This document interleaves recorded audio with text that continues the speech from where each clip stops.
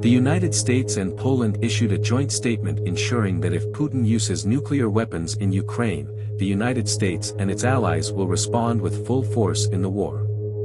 In an interview published by the British newspaper The Guardian on Saturday, May 25, Polish Foreign Minister Radosław Sikorski revealed a series of strategies that, in his opinion, should be implemented in Europe to curb what he calls Vladimir Putin's imperialist ambitions.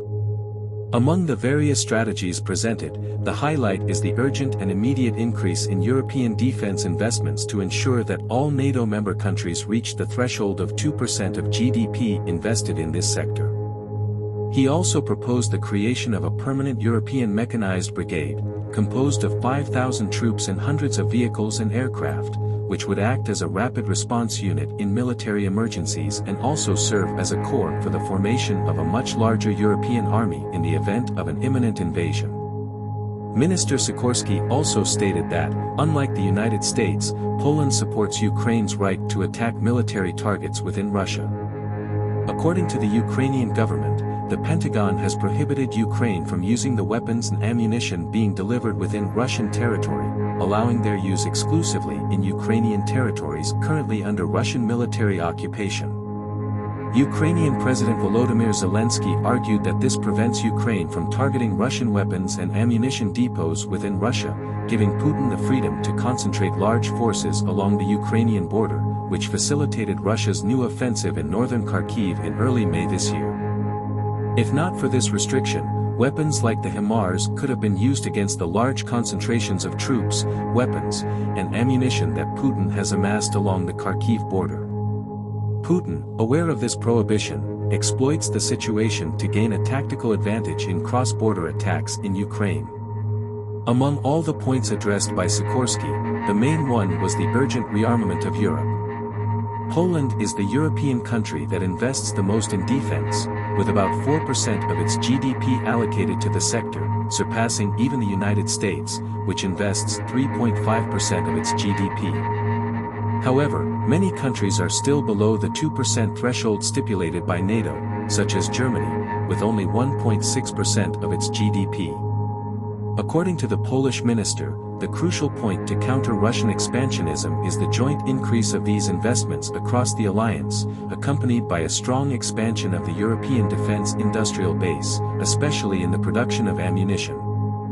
Germany, led by the giant Rheinmetall, is at the forefront of this effort, expanding its production lines and opening new factories for the production of artillery shells.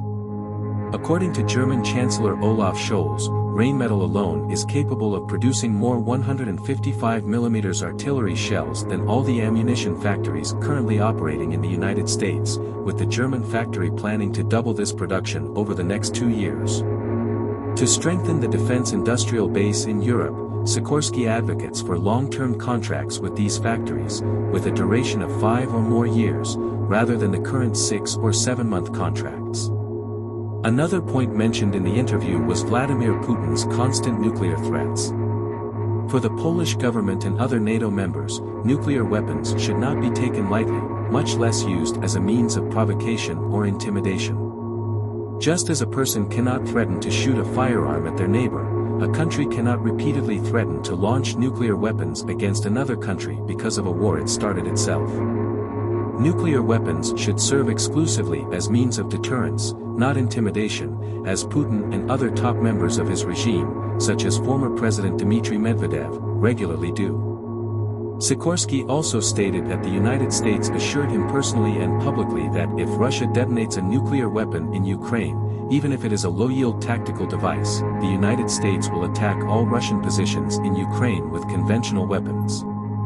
He added that if Russia takes this step, other countries, such as Japan, South Korea, and Poland itself, will feel the need to develop their own nuclear weapons, further increasing the global nuclear arsenal and consequently the risk of a nuclear war of global proportions.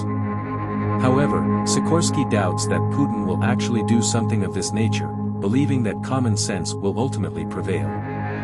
He prefers to think that Putin is simply doing what Russia does best, growling and threatening to spread fear and uncertainty, trying to deter adversaries from Vladimir Putin's expansionist and imperialist plans in Europe.